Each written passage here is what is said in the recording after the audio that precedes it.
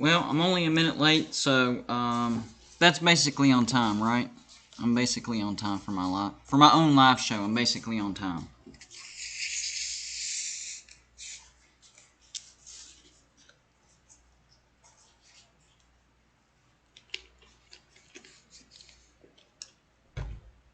Alright, I am live, so YouTube, please notify people. I need you to do that. I can't do that.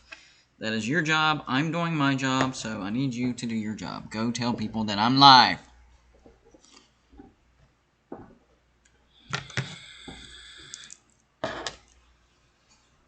Make sure my phone is on silent.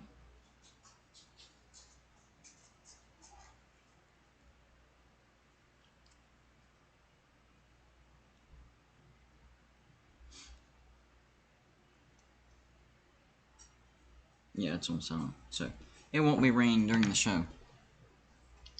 We're expecting anywhere from 5 to 8 inches of snow, but you know, sometimes they're not 100% right, so could turn out to be a dud. That's happened before, or we could end up with a foot. You know, so never know. Never know. We'll see. I'm hoping for at least 6 inches. That's enough to make a decent snowman, which of course I would take pictures of and share it with everybody. So real quick, the preparations for a winter storm. So we got flashlights. These mini ones are pretty strong, so that's one. That's the navy one. We got a green one. It works. Testing them right here, right now. We have a silver one. Yes, it works. Orange one. Yes, it works. Bigger one with the bigger battery. Yes, it works. Set this stuff over here. So flashlights are a go. This one's actually the best. It's not even a flashlight. Yes, it works. That's going to help out a lot if the power goes out. And then, of course, for candles, just in case. Oh, I forgot. You got to push that down. Come on, you're going to make me look stupid. There we go. There we go. And yes, we have plenty of candles. I am not going to show you all the candles that we have. So, we are prepared, and we have the house that we have. Let me count real quick. I think 4, but 1. Yeah, we have 4 bedrooms. We have a wood-burning stove in the big bedroom, which is mine and my wife's bedroom is probably bigger than our actual living room. It's pretty massive. So we have a wood-burning stove in here, and we have a wood-burning stove in the living room. And we gathered the wood from the stable that we keep it in and piled it up on the porch. So we're good to go. Of course, we went to the store, made sure we had enough food just in case. We're not making a milk sandwich. We're not doing that. We did have to get a little bit extra bread because we were running low, but we're not doing the whole milk sandwich thing. Just, canned goods, because you can cook that stuff on those wood-burning stoves, and kerosene heaters, and we have generators, so we might not even lose power. But it's never too... You can never be too safe. So, just in case the generators fail, freeze up, whatever, who knows what can go wrong, especially with ice. We're supposed to get some ice mixed in with the snow. And about, I don't know, maybe about 50 to 75 miles to our southeast, they're expecting a major ice storm. I'm talking like an inch of ice. I know that doesn't sound like a lot, because, an inch, that's not much. An inch of snow is nothing. But I'm telling you, an inch of ice, that is catastrophic. If that comes to fruition, those people will be out of power. An inch of ice is devastating. We had a big ice storm. It was like 2004, 2005, and we had 3/4 of an inch of ice. That's not even an inch. 3/4, and it was bad. Bad. We couldn't even walk down the driveway. The whole place was a skating rink. So, Yeah, I'm really hoping that the lower Piedmont of upstate South Carolina avoids a major ice storm. But they are under an ice storm warning. We're supposed to get some ice, but only like in a tenth of an inch. So, yeah, it's not good. Hoping the ice misses us, but we're supposed to get a little bit. But the big stuff is off to our south and east. An inch of ice doesn't sound like a lot. That will bring down trees. That will bring down power lines. That will shut you down. If they're predicting, if you're in a situation and you see in the forecast and they're predicting half an inch of ice, go be prepared. You probably will lose power if your lines aren't underground or connected to a major transformer that's above ground. Even if they are underground, if they're connected to something that's above ground that can be messed up, be prepared. Ice ain't no joke. And ice, you can't drive in it. I grew up in West Virginia. I know how to drive in snow. That's fine. Now, the morons down here, they don't know. And they take what I say with a grain of salt. When I say morons, they know what I'm talking about. They know that they cannot drive in snow. I can, but ice, nobody. It's impossible. It's ice. You're driving on a freaking skating rink. It's not going to happen.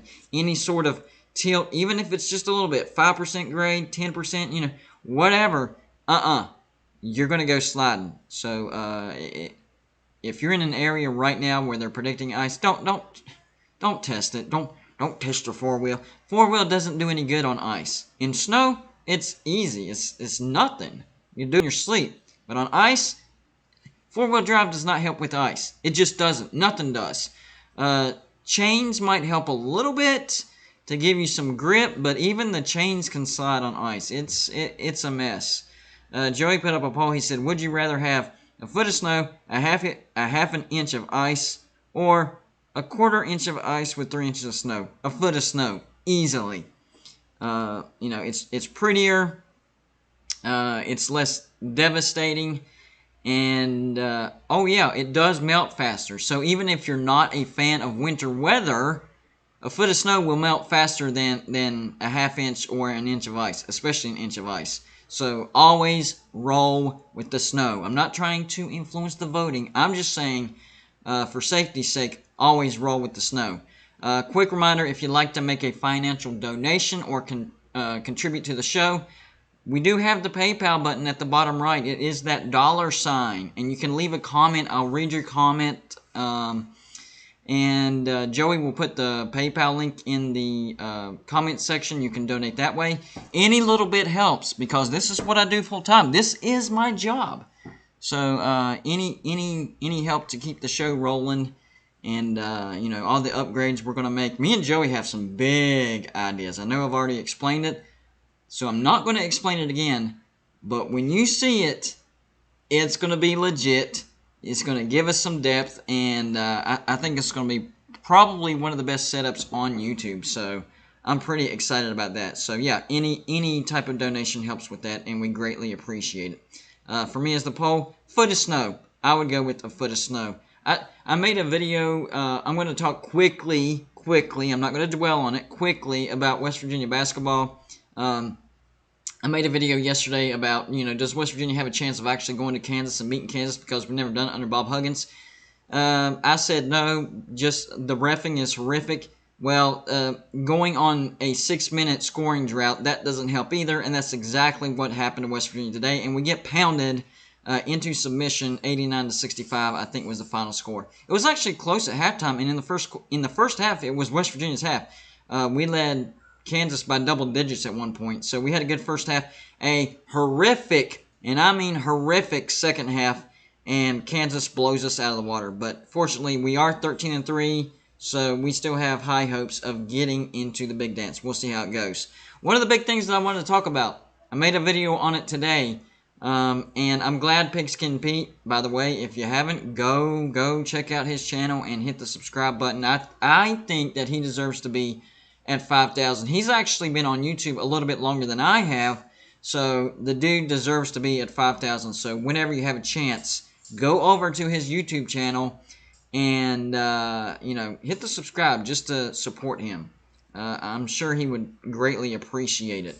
And he's a good friend. Can't wait for the Slob Olympics. Slob Olympics, Pigeon Forge, Tennessee. I'm not exactly sure on the exact date. I think it's late March, early April. It might be earlier. It's either March or early April. I'm pretty excited about it. So all the YouTubers that are competing in the Slob Olympics, what we do is we make training videos. So be on the lookout for that. I'm going to try to put out my Slob Olympics training videos.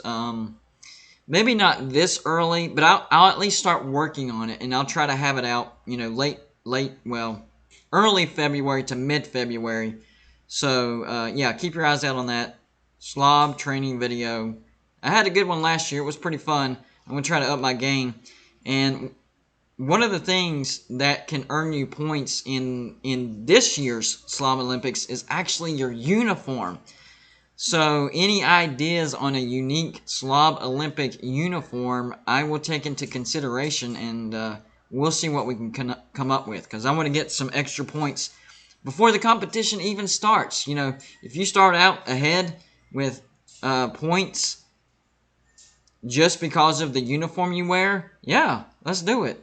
So I'm open to ideas on that. We'll see. Yeah, West Virginia's not getting smashed by Pitt. That's just not happening. I'm sorry, it's not. I mean, we'll help you fill your own stadium. I mean, we'll do that much for you. I promise. West Virginia will help Pitt fill their own stadium. It will be full. But as far as smashing West Virginia, no, that's not going to happen. I expect a completely new look. This is what I'm talking about. Every freaking time that I go on live, the stinking cats go crazy or have to use the bathroom. Hurry up! You've been scratching for 20 minutes. It doesn't take that long to cover up your own poo. Just do it and move on with your life. It's loud. You're still doing it. Not necessary. Get out. Jeez. How long does it take to cover your own poo? Not very long. Just do it and get out. And they always wait till I'm like, every stinking time. They know what they're doing. They know what they're doing. So, anybody that tries to convince me otherwise, no, I don't want to hear it.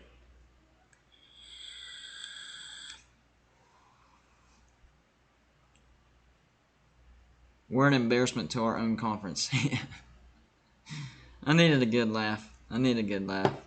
Yeah, keep thinking that.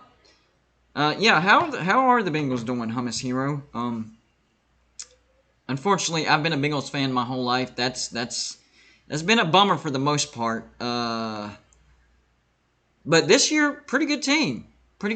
We have AFC Championship hopes. Last time I checked, we were up on the Raiders by a touchdown, so hopefully we pull off that win and move on to the next round and at least get to the AFC Championship. We have a pretty good team this year. So my sports fandom belongs to West Virginia, in MLB, the Cincinnati Reds, and then in the NFL, the Cincinnati Bengals. So as far as professional sports go, it's been tough sledding my entire life. As far as West Virginia goes, probably the biggest success as far as era, if you took out, a 30-year slice or a 40-year slice of West Virginia football history, I've been blessed to be alive during the best stretch of Mountaineer football. So, pretty happy about that. But as far as dadgum,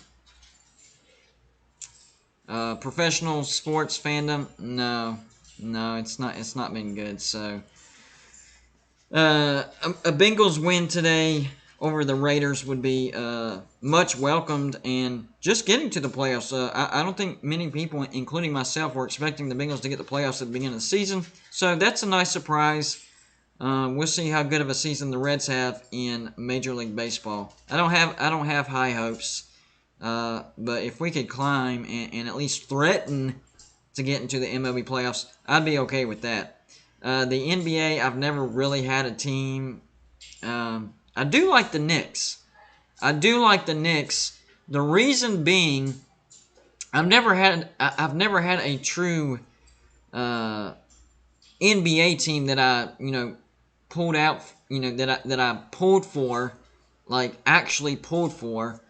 But I like the Knicks because of a memory that they gave me. I think it was the '98 NBA playoffs, and they played. Who were they playing? I think it was the Pacers.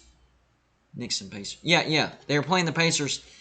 And the Pacers were up by either 2 or 3. I'm thinking 3. And Larry Johnson hits that 3. And he got fouled. Went to the foul line. Hit the foul. It was an amazing, man. If y'all have not seen that, whenever you get a chance, you need to Google Larry Johnson 4-point play. That's all you'll need to Google. Larry Johnson 4-point play. If that is the loudest, biggest eruption of maybe any stadium, but definitely a basketball stadium that you'll ever see. People that were in attendance that have given their opinion of being there said it felt like Madison Square Garden lifted off the foundation. And if you watch it, it looks like it lifts off the foundation. I have never, ever seen a reaction quite like that. Not even in college football. In Madison Square Garden, we're talking about, 16 to 19,000 people. NFL stadiums and in college football stadiums, they can hold over 100,000 people. So that's saying a lot. And it's definitely true. That's the biggest reaction. Loudest, visually, everything. That play had everything. And I was watching that game. There was another play that rivaled that. That was, what was his name? Dadgummit, I can't think of his name now. Oh, crap. He played for the Spurs. Sean Elliott. Yes, Sean Elliott. The Spurs were playing the Blazers, I believe. They were in the Alamo Dome. That was back whenever they played in the Alamo Dome. And the Spurs were down, and Sean Elliott hit a 3 that if he would have put his heels down, he would have been out of bounds. He hit a 3 on his tippy toes, which is what kept him in bounds on the side. He was on the right side, and he shot it. If his heels would have came down, if his feet would have came down, he would have been out of bounds, but he tiptoed, and it went in. That was a great crowd reaction as well. But Larry Johnson, definitely the best NBA reaction that I've ever seen in my life. That was crazy. Man, good stuff right there.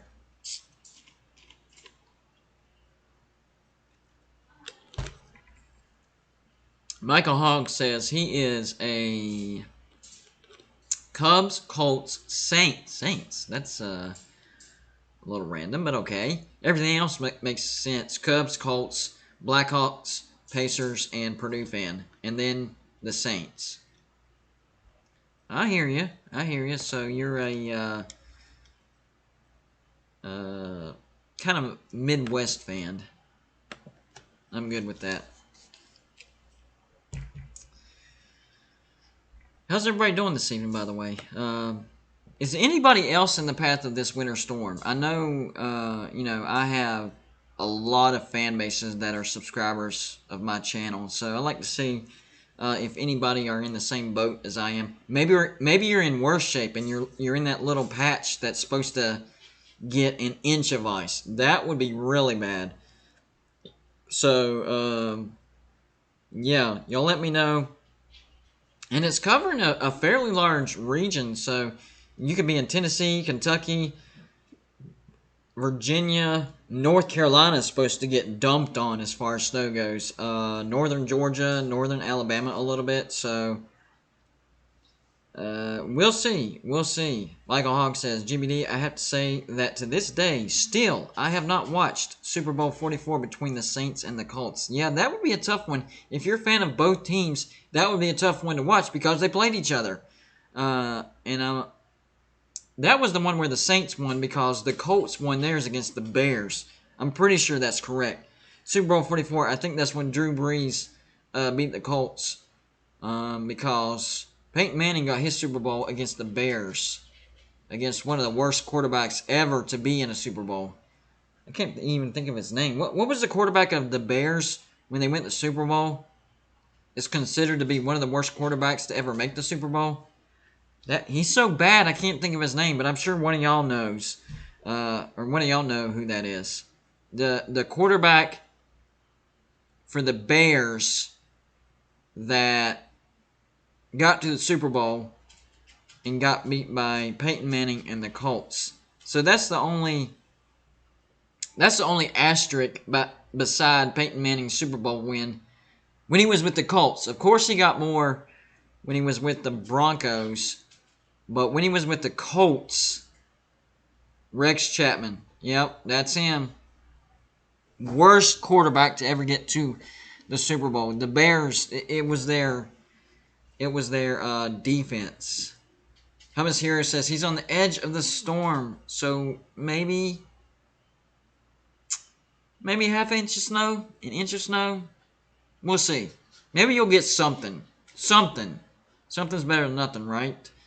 Well, I hate when they say a dusting or a trace. That's just like teasing. You see snow out there, it's out there, but it's not measurable. I hate that. That's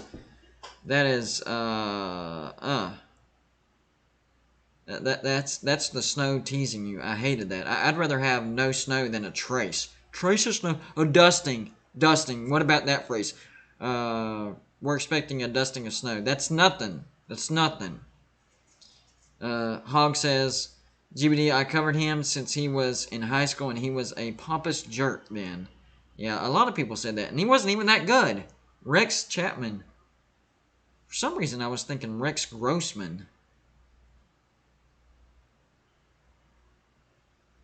Why was I thinking that? I was thinking the quarterback was Rex Grossman. Yes, it was Rex Grossman. I've done that before, though. As far as getting a name half right and half wrong. It happens. Don't worry about it. I knew who you were talking about. It was Rex Grossman. But he was so bad, getting that name wrong is not a bad thing. That doesn't mean anything. So don't worry about it, Hogg. So what? You got his last name wrong. He was the worst quarterback to make the Super Bowl. Nobody cares. It's all right. You're good. So I watched, going back to what I was saying earlier, I watched the video of Pigskin Pete yesterday. He was talking about the ACC and Jim Phillips saying that the teams that are involved in playoff expansion. Somebody explain that to me. So some teams in the ACC are involved and some teams are not. Do they have secret meetings and they don't tell the other teams, or they just pass along to the other teams, but the other teams can't make decisions?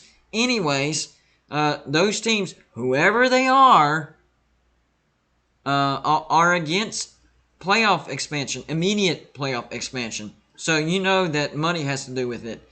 I'm thinking what I've been talking about, y'all know what I'm about to say, or you know what I'm thinking, what I've been talking about since last September. That could have something to do about it, something to do with it. And listen, I still talk to my sources, and even when there's no announcement, the Big 12 expands, talk kind of dies down.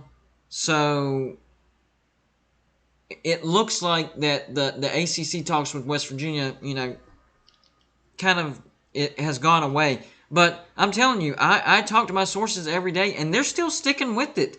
There's some stuff that needs to be worked out. According to them, there's still some stuff that needs to be worked out. And the ACC is trying to pressure Notre Dame into joining. That's one of the reasons why they're blocking playoff expansion, apparently, is they're really trying to pressure Notre Dame joining the ACC. And that's what's keeping West Virginia from announcing. According to them, we'll see when it pans out, if it pans out. But that's what they're saying. That is what they're saying. So we'll see. We'll see what happens. My thing is, I'm ready for something to be announced because my sources have been saying this since way back in September, August. And when I say sources, I mean actual members of coaching staffs in the ACC. I'm talking about Clemson coaching staff members, Virginia Tech coaching staff members, of course, West Virginia staff members. There was another one, but maybe it was NC State.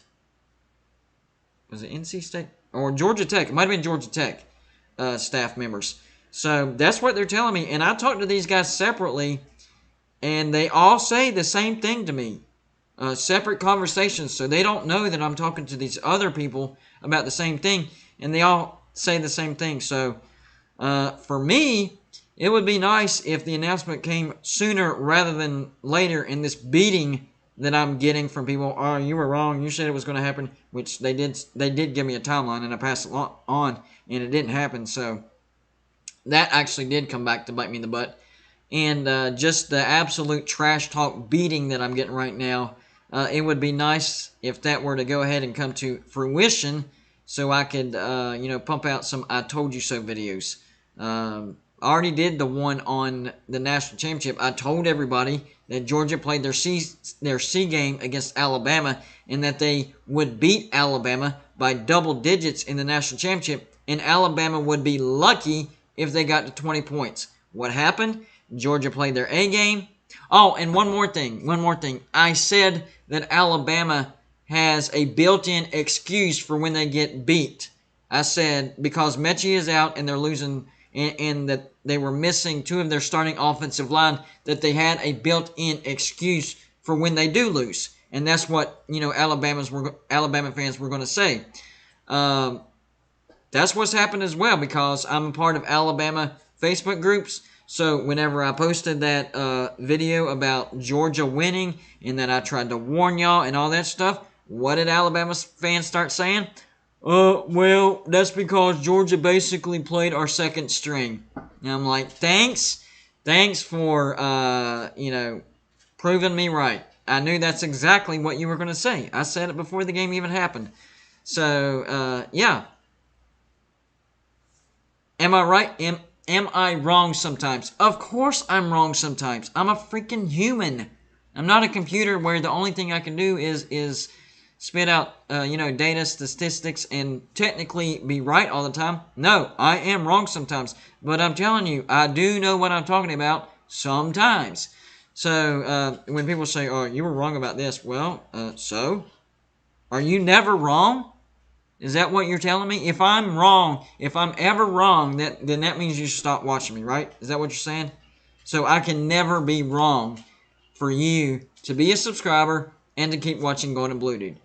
So if that's the criteria, then yeah, that's going to happen.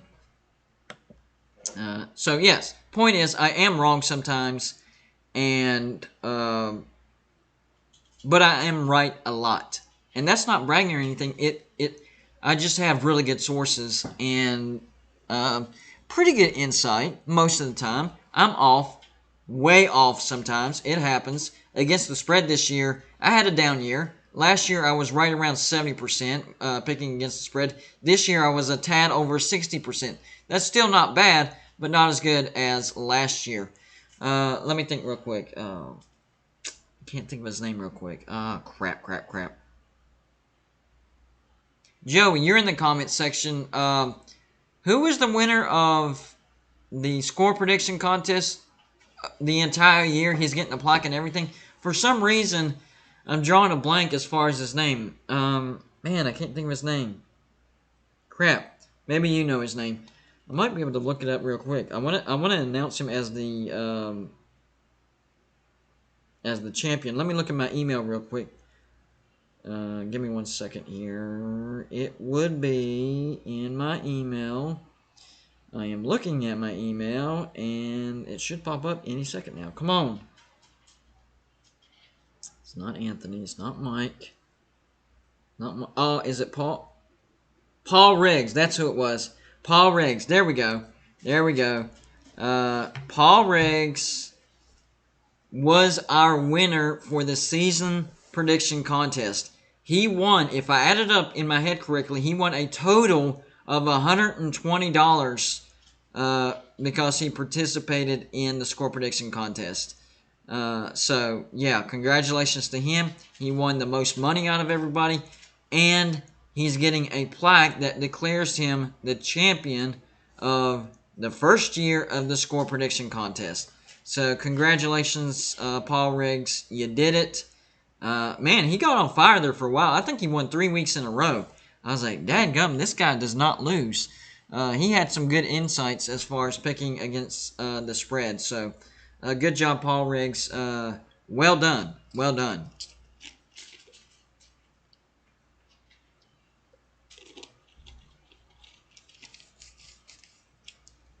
I prefer tonight's presentation style. Thanks.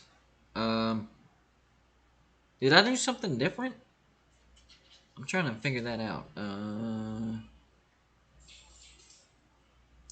Yes, I was correct about Kentucky as well. Before the season, whenever I did my prediction video, I predicted Kentucky to have a 10-win season.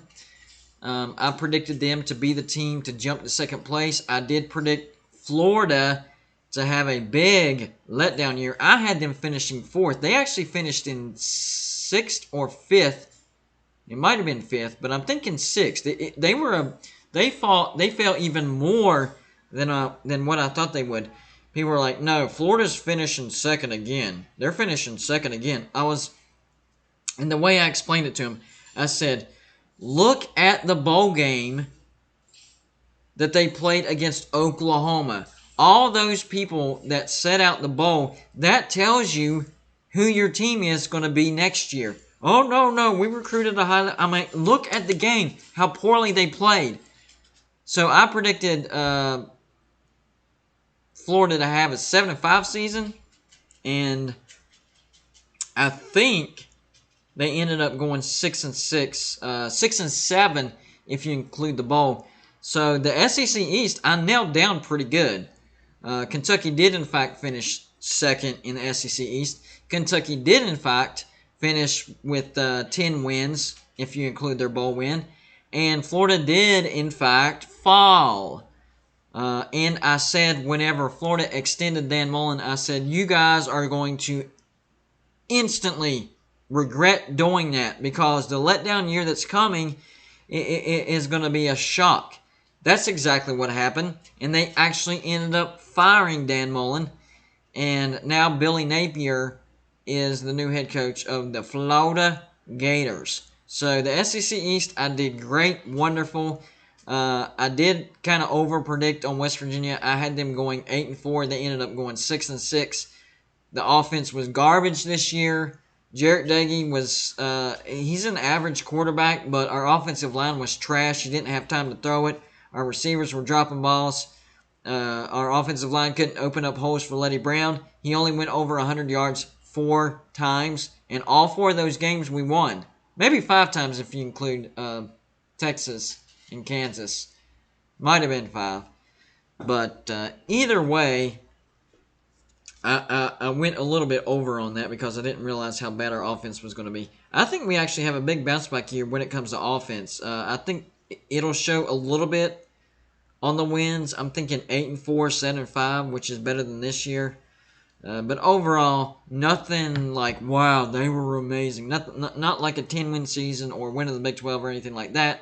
But a better season than what they had last year. So I think the offense is going to look completely different. West Virginia brought in Graham Harrell as the offensive coordinator. That's going to help, especially with our quarterbacks. With Lincoln Riley going to USC, Graham Harrell didn't really get fired at USC because he had USC in the top 20 in total offense. That's what he averaged, and at one point almost top 10. So he's a good offensive coordinator. It's just Lincoln Riley came in with his staff, so there was no room for Graham Harrell. So he comes over to West Virginia. We have Nico coming in. Jackson Dart is taking visits at West Virginia. We're going to have a pretty good offense. And a lot of West Virginia fans said, the sky is falling. The sky is falling because all of these players that started for our offense is going into the transfer portal. That may be true, but our offense was terrible. So, really, how bad is it when the starters for a terrible offense are going into the transfer portal? It's really not that bad when you think about it. So, why are you worried about people that started and had the most catches or the most starts for an offense that was horrific? Horrific. You shouldn't. You complained about the offense during the regular season, and then when the regular season's over, you complained about those same players leaving West Virginia. Make up your mind. That doesn't make any sense. So some people really just want to complain no matter what. I think it's a good sign that those players left. I think it's time for West Virginia to move on from those players. Our offense wasn't good at all. When Neil Brown took over West Virginia, he didn't take on a build. He took on a rebuild. So the defense is good. Special teams need a little work as far as fielding punts and kickoffs. I don't want to have to hold my breath and hope that they don't muff the punt. So there's that. But the offense is getting revamped, and I think it's gonna. Be. Where did I hear Jackson Dart was visiting West Virginia? I saw it. Somebody actually has a picture of Neil Brown with Jackson Dart, and he's taking a visit. Yes, actually happening. That was real news, and I saw proof of it. And that's another thing. Nick Saban is from West Virginia, so my thinking is like, hey, when you accomplish everything that you want to accomplish at Alabama, you have more money than you'll ever spend, more money than your kids will ever spend, and probably more money than your grandkids will ever spend. Just come back to West Virginia as a whim, as a challenge, as let's just see what we can do at West Virginia. It's your home state. Just as a dare, as a whim, as a, Alabama's not a challenge anymore. Let's go on over to my home state and see what we can do there. That would be awesome if, out of sheer boredom, whatever you want to call it, it's not a challenge at Alabama anymore. Come to West Virginia, your home state, and see what you can do there. You talking about a state hero? You would have probably 3 or 4 statues made after you.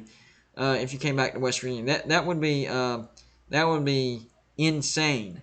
I didn't say Dart was coming to West Virginia. I said he was visiting West Virginia. That is happening. Yes. But we did get the guy from Shepherd University that's a 4-star. I believe. I have to recheck that, but I believe we do have him. I know he took official visits. So maybe Dart called off his visits, but I knew that he was talking to Neil Brown. That's a fluid situation. I mean, which wouldn't be a terrible thing because, like Joey said, we now have 2 4-star quarterbacks. That is insane. We didn't have not one 4-star quarterback last year. Now we have 2 that will be competing for the starting job. That shows you that West Virginia is starting to get good players. Yes, John Waffle, I did a video on that. Pitt did get Slovis. West Virginia saw your Slovis, and we raised you Graham Harrell. What do I mean? When Slovis was over at USC, do you know who his offensive coordinator / quarterback coach was?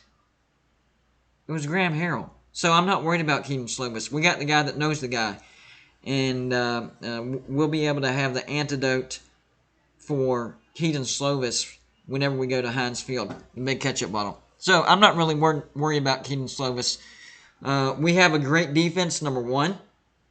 Look how many playmakers, superstars that we lost from the 2020 defense that was top 5. We lost a lot. Guess what? We still had a pretty good defense. We didn't have an elite defense like the 2020 team, but we had a pretty good defense. And now we have 2 4-star quarterbacks that are going to be competing for the starting position. And now, on top of that, we have Graham Harrell, who was Keaton Slovis' offensive coordinator / quarterback coach. Not worried about it, J-Dub. Not worried about it. So, bring on Keaton Slovis. We'll see what happens. I think it's going to be a good game with our great defense and a revamped offense. Keaton Slovis is a good quarterback, but we do have advantages on him. That's the same. Think about this. That's the same situation as when West Virginia went to the Guaranteed Rate Bowl and one of the members of the coaching staff became an offensive advisor for Minnesota. And people said that he knew West Virginia's offense, and if you go back and watch the Guaranteed Rate Bowl, it looked like Minnesota knew how to call every stinking play on defense against our offense because they had the guy that knew the guy. So that could be the same situation going into the Backyard Brawl. We have the guy that knows the guy. Keaton Slovis is the guy, and Graham Harrell is the guy that knows the guy. So before we got Graham Harrell, I was a little concerned. I'm not going to lie. I was a little concerned. I know we have a great defense, and that was before we locked down a second 4-star because I was worried about Nico Marco being thrown directly into the fire. That's rough for a true freshman to start game 1 on a rebuild program. I mean, don't get me wrong, he's totally bought in, super confident, but that's a tall order. In a week's time, we went from, oh my gosh, we're throwing in a 4-star true freshman into the fire the first game. Switch that on over to, well, now we have 2 4-stars. One of them has pretty good experience. It might be JUCO. That's still experience. And now we have the offensive coordinator / quarterbacks coach that knows the quarterback for Pitt really, really well. And we had to deal with that situation when we were in the ball game. So a week changed everything. Personally, yes, I am going to the Backyard Brawl. I'm actually going with Talkus Pitt. Him and I actually get along really, really well, so I'm going to the game with him. Me and him actually have a backdoor bet on this. If hell froze over and somehow Pitt pulled out a miracle win, I would have to wear a Pitt jersey on one of my episodes and tape it and promote it. Everything that I usually do, except with a Pitt jersey. But when West Virginia wins, he has to sing Country Roads, and I get to film it, and I get to promote it, let everybody see it, and all that good stuff. I've already gotten a picture of a Texas fan doing horns down, and it only took $5. My gosh, I thought that was going to take at least $100. No, Texas fans are cheap. They are super cheap. It only took $5, and dadgum, he threw the horns down, and I got the picture. So, yeah, I was, I was kind of surprised at how cheap Texas fans are. So, sorry, the rest of the Texas fan base. One fan sold you out for $5. $5. I guess he really needed that beer real bad. That one beer. But I'll check it. I got the picture, and I've already done a video on that. I'll try to find the picture and put it up on my next live show. I wasn't really I didn't know that this show would go in that direction, so I wasn't really thinking about it. But I'll find it for next time. Real cheap, $5 to totally disrespect your own team. That is shameful. Shameful. But yeah, me and Talkus Pitt do have a bet, and I'm confident.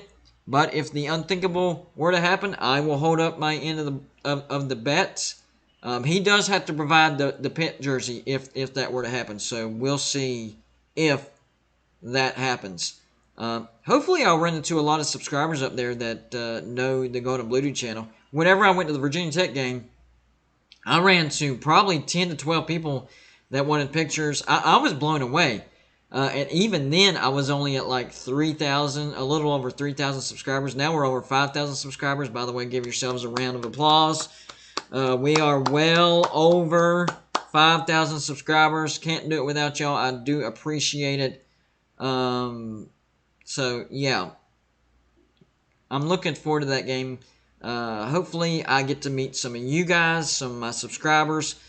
One cool thing, I don't know if I shared this or not, we went to a light show down on the Pickens Speedway up here in upstate South Carolina, and we were going through the food section. I was about to get some funnel cakes, and a Clemson fan came up to me and said, hey, aren't you that YouTuber? I'm like, there's a lot of, this is in my head, I'm like, there's a lot of YouTubers out there. Who's he thinking of? This might get a little interesting.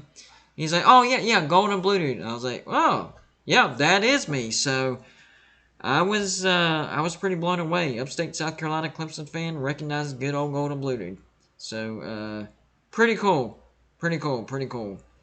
Yeah. Hopefully the Raiders don't come back. That would. I mean, I'm not a ride or die type of situation with the Bengals. That's just my team. That's uh that happens to be my NFL team. I'm not like super depressed if they lose. Like, oh my gosh, my week is ruined. No, nothing like that. So I mean, it would suck, but it's not the end of the world if the Bengals were to choke this one away. Well, I'm going to wrap this up, guys. We have a major winter storm coming. Major winter storm. And I do have most of my preparations locked down.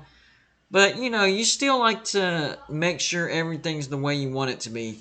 And we're supposed to start getting precipitation here in about an hour and a half or so, maybe 2 hours. So, hopefully, it's not too bad. Preparations. That's what wins and loses games. I guess that's what wins or loses winter storms. However you want to phrase it. Horns down. I think that was Texas A&M, to be honest with you. I think Texas A&M was the university that came out with horns down, and I think it was in the 1950s or 60s.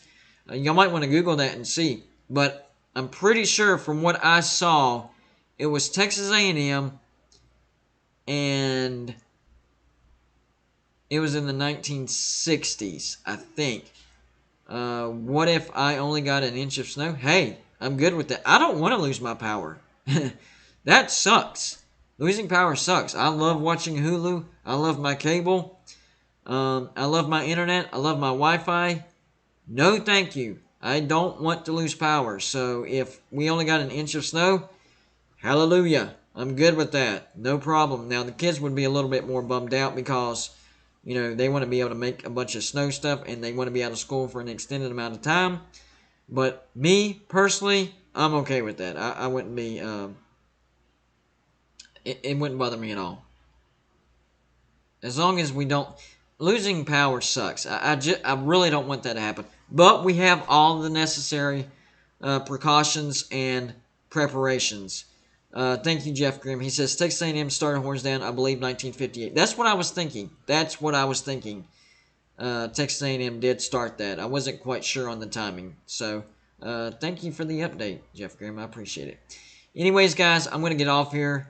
Make sure everything's the way I want it to be for the winter storm learning.